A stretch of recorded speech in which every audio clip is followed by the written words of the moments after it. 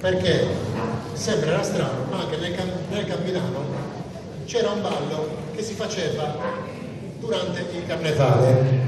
Durante il carnevale. E non solo, poi scopriamo perché. Il famoso ballo Gai, se dovessimo tradurlo, letteralmente sarebbe il ballo del togliere. Sul ballo del Bogai, che cosa vuol dire?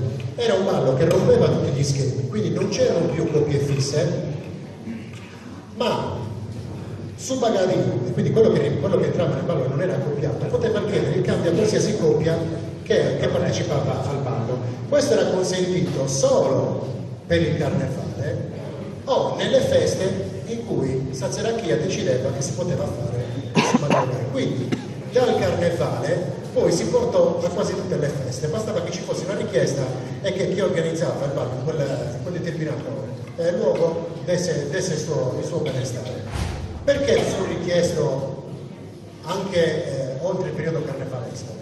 Perché ai ragazzi faceva piacere cambiare dama, avere la possibilità di non ballare sempre con la stessa ballerina, che spesso o era la promessa sposa, o era una cugina, o era una sorella.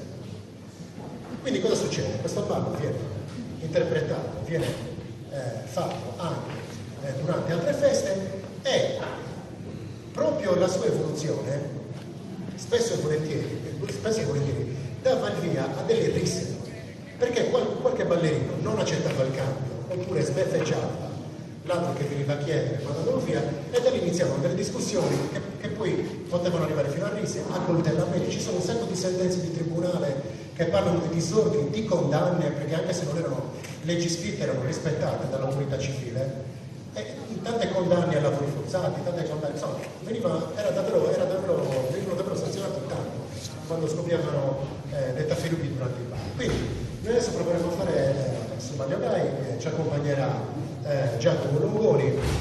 Anche qui la scelta, l'obbligo è quello di seguire ciò che fa il suonatore, pur con qualche